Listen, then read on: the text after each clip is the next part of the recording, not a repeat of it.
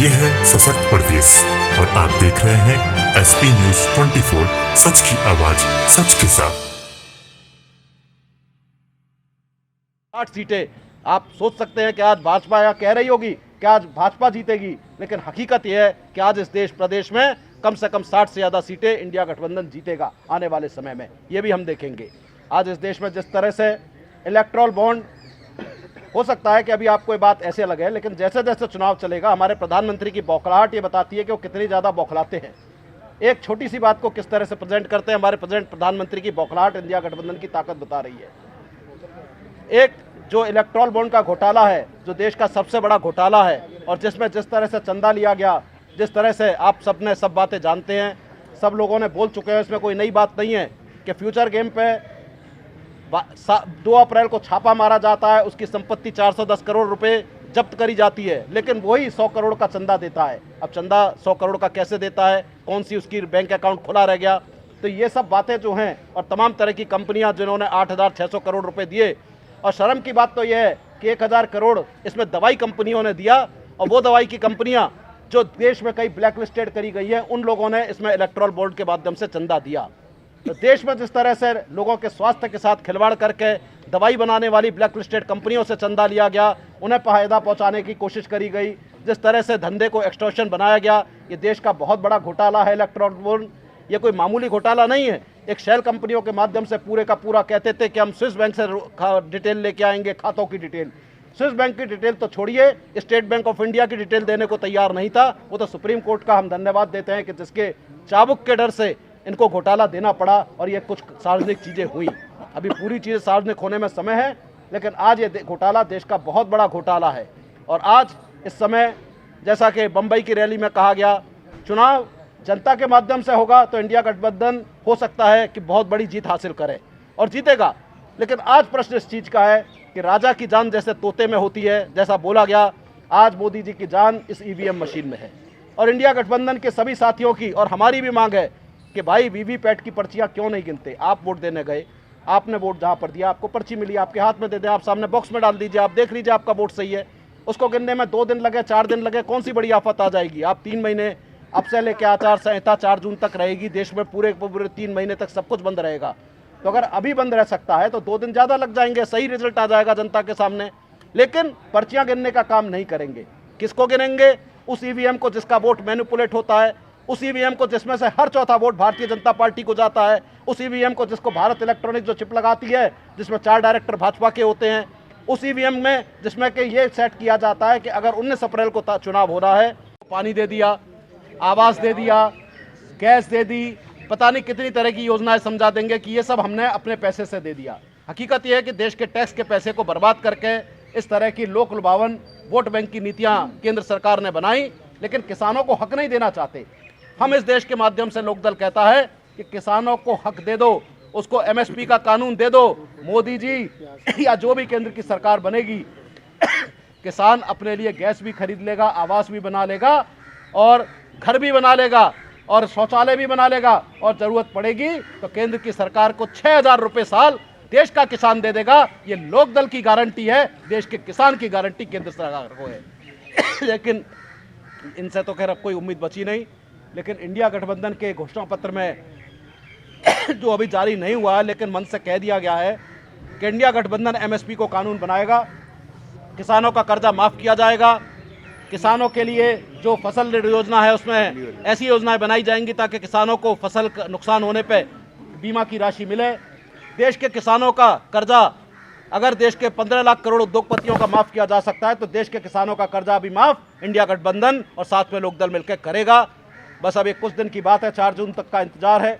देश में जनता तो ठान चुकी है बदलाव करना है, और बदलाव हर स्तर पर दिखाई दे रहा है, चाहे उद्योगपति हो, चाहे किसान हो, चाहे नौजवान हो, चाहे आम आदमी हो।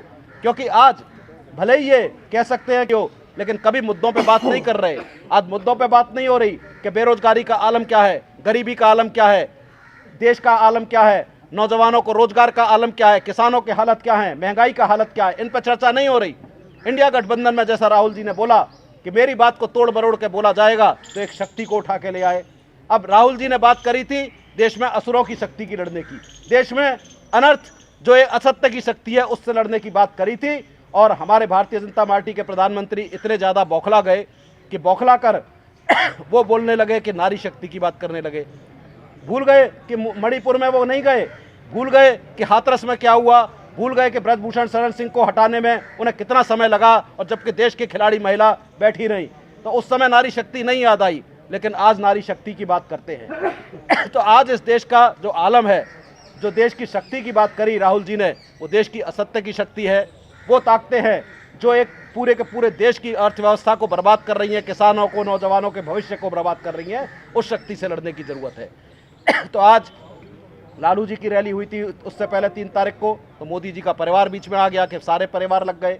ऐसा लगता है कि कहीं ना कहीं जैसे इंडिया गठबंधन की रैली होती है, ये बौखला जाते हैं, कभी अपना परिवार बगाड़ाने लगते हैं, कभी शक्ति से लड़ने की गलत बात करते हैं। तो आज इंडिया गठबंधन पूरी तरह से इस देश में और इस उत्तर प्रदेश में भी भारी बदलाव करेगा। समाजवादी पार्टी, लोकदल के एजेंट थे वो गए, चाहे बिहार में गए, चाहे उत्तर प्रदेश के एक बड़ी पार्टी 2 सीटों पर वहाँ पर चली गई, राष्ट्रीय लोकदल।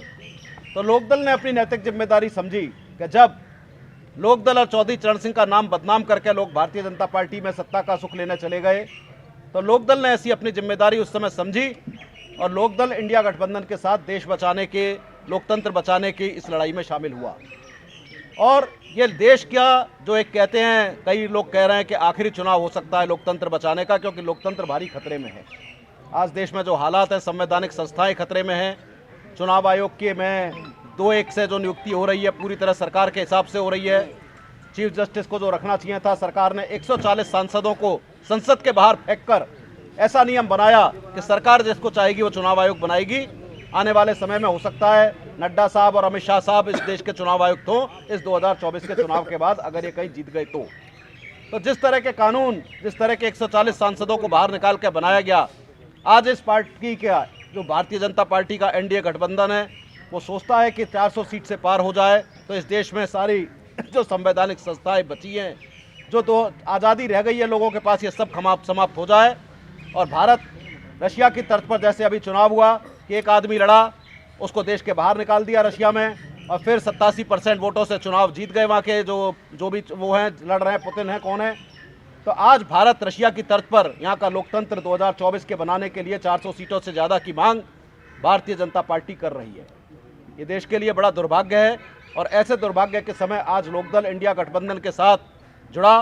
और बम्बई में जो अभी रैली हुई, जिसमें इंडिया गठबंधन की रैली हुई, उसमें इंडिया गठबंधन में लोकदल शामिल हुआ। मंच पर जहां विभिन्न मुख्यमंत्री बैठे थे पूरे देश के, चाहे स्टालिन जी थे, चाहे झारखंड के मुख्यमंत्री थे, चाहे महबूबा मुफ्ती जी थी, फारूक अब्दुल्ला साहब थे, राहुल गांधी जी थे, खड़के साहब थे, प्रियंका गांधी जी थी।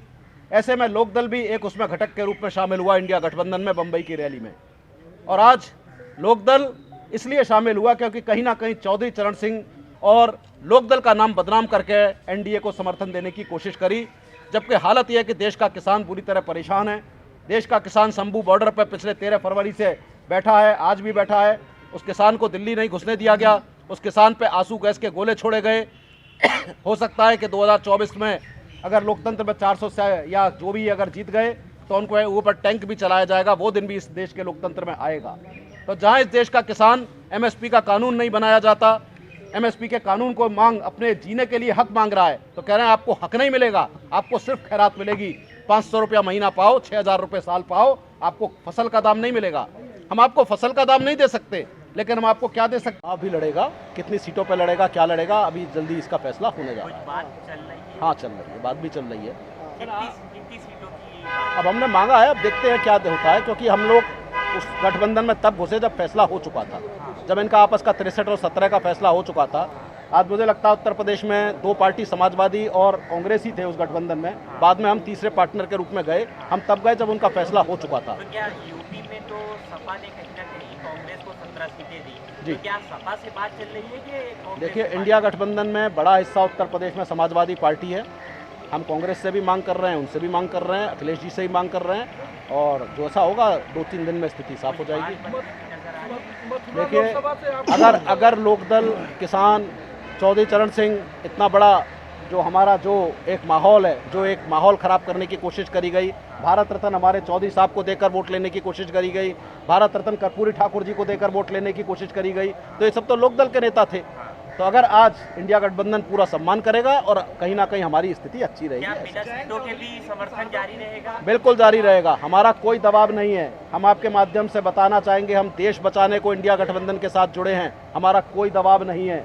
हम चाहते हैं सम्मान रहे कार्यकर्ताओं का, इसलिए कह रहे हैं, लेकिन कोई दबाव नहीं है और हम चाहते हैं देश बचे, लोकतंत्र बचे और इस लड़ाई में हम पूरी तरह उनके साथ हैं।